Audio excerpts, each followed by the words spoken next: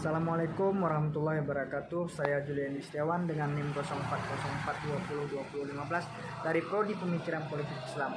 Semester 7 Fakultas Usuluddin UIN Sumatera Utara. Video ini saya buat untuk memenuhi tugas mata kuliah analisis sosial dengan dosen pengampu Ibu Dr. Maimanah angkat MA.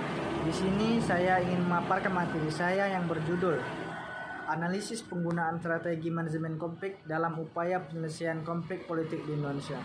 Penelitian ini bertujuan untuk mengetahui dan menganalisis penggunaan strategi manajemen konflik dalam upaya penyelesaian konflik politik di Indonesia. Berdasarkan hasil penelitian saya bahwa fenomena konflik telah diteliti oleh berbagai para ilmuwan seperti ekonom, sejarawan, novelis, filsuf, ilmuwan politik, sosiolog. Timbulnya konflik adalah adanya pihak tertentu yang terlibat dalam konflik bukan untuk mencapai suatu tujuan, melainkan untuk menikmati konflik itu sendiri. Maka inti dari konflik itu adalah menyangkut masalah perbedaan dan pertentangan antar individu yang akhirnya merebak menjadi konflik sosial. Pada dasarnya konflik politik disebabkan oleh dua hal, yaitu konflik yang disebabkan oleh kemajemukan horizontal dan konflik politik yang disebabkan oleh kemajemukan vertikal. Yang dimaksud dengan kemajemukan horizontal adalah struktur masyarakat majemuk secara kultural seperti suku bangsa, daerah, agama, dan ras. Kemajemukan kultural dapat menimbulkan gesekan-gesekan yang berakibatkan timbulnya konflik. Karena pada dasarnya setiap kultur akan mempertahankan identitas dan karakteristik budaya, apalagi pada era sekarang di mana sistem informasi sudah begitu maju sehingga proses masuk dan keluarnya informasi sangat mudah, dan hal ini bisa mengancam eksistensi suatu kultur. Dalam kehidupan masyarakat, untuk menghindari terjadinya konflik politik yang diakibatkan kemajemukan horizontal, perlu adanya konsensus nilai-nilai yang menjadi pegangan bersama. Dengan demikian, konflik-konflik yang disebabkan oleh benturan budaya dapat dihindari. Konflik juga bisa disebabkan oleh faktor kemajemukan horizontal sosial karena masing-masing kelompok yang berdasarkan pada profesi, pekerjaan, dan tempat tinggal tersebut memiliki kebutuhan dan kepentingan yang berbeda, bahkan saling bertentangan. Kemajemukan vertikal adalah struktur masyarakat yang berlawanan. Menurut kepemilikan kekayaan, pengetahuan, dan kekuasaan, konflik dapat ditimbulkan oleh kemajemukan vertikal karena adanya perbedaan bahkan pertentangan kepentingan kelompok mayoritas yang tidak memiliki atau sedikit memiliki kekayaan, pengetahuan, dan kekuasaan dengan kelompok minoritas yang mendominasi kekayaan, kekuasaan, dan pengetahuan.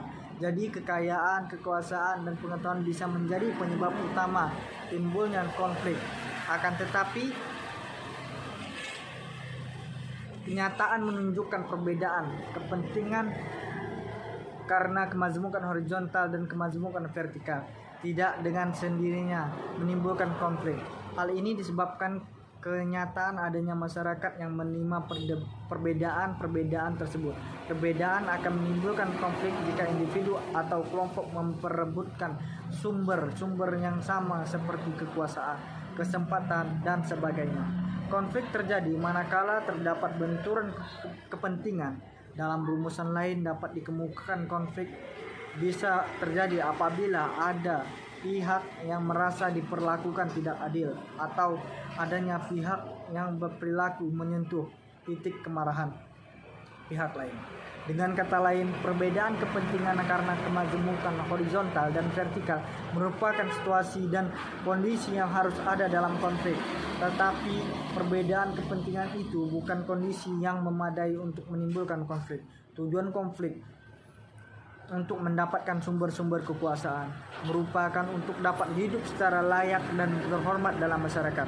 Tujuan konflik jika digunakan untuk mempertahankan kekuasaan adalah dalam memelihara sumber-sumber yang menjadi miliknya dan berupaya mempertahankan dari usaha-usaha pihak lain untuk merebut dan mengurangi sumber-sumber tersebut. 1. Penyebab politik konflik. Dengan adanya politik konflik di Indonesia, tentunya ada penyebab-penyebab dari hal tersebut. Pada penyebab politik konflik di Indonesia berasal dari faktor-faktor internal maupun eksternal. Adapun penyebab terjadinya politik konflik di Indonesia sebagai berikut. 1. Perbedaan kepribadian ini menjadi salah satu faktor penyebabnya terjadinya konflik. Terkadang individu yang sikap dan perilakunya tidak setuju terkadang ditugaskan untuk bekerja sama. Jika mereka mengabaikan kebutuhan satu sama lain, konflik dapat terjadi. Selain itu, perbedaan persepsi individu juga bisa menyebabkan kesepakatan ketika staf manajemen tidak bijaksana dalam memperkenalkan perubahan dengan proses bisa terjadi gesekan. B. Pertentangan kepentingan. Kepentingan yang bertentangan mungkin menyebabkan terjadi perbedaan di antara anggota dalam suatu organisasi perilaku yang tidak dewasa. C. Kelangkaan sumber daya. Sumber daya organisasi tidak selalu cukup, manusia, uang, bahan, dan waktu. Untuk memenuhi semua kebutuhan mungkin terbatas sehingga menimbulkan konflik selanjutnya. Ketika seseorang mencari sesuatu secara mutual, sumber daya yang diinginkan oleh orang lain yang kekurangan pasokan yang sedang berkembang atau persaingan yang dihasilkan juga dapat menimbulkan konflik. D. Gaya administratif yang oktokrasi. Gaya administrasi yang dianut oleh seorang administrator cenderung menjadi sumber konflik jika memiliki gaya oktokrasi atau berkuasa sendiri. Kapan janji temu dan promosi dilakukan oleh manajemen tanpa konsultasi dan kerjasama dari pihak kepala unit juga menyebabkan terjadinya konflik. Kesimpulan, berdasarkan hasil dan pembahasan di atas dapat disimpulkan bahwa penggunaan manajemen konflik dalam penyelesaian konflik politik yang ada di Indonesia memiliki 5 strategi yang bisa diterapkan dan digunakan, yaitu menghindar, mengakomodasi, merangkul, kompetisi, kompromi atau negosiasi, dan memecahkan masalah atau kolaborasi dalam menyelesaikan masalah. Sekian penjelasan mengenai analisis yang saya paparkan, lebih dan kurang saya mohon maaf.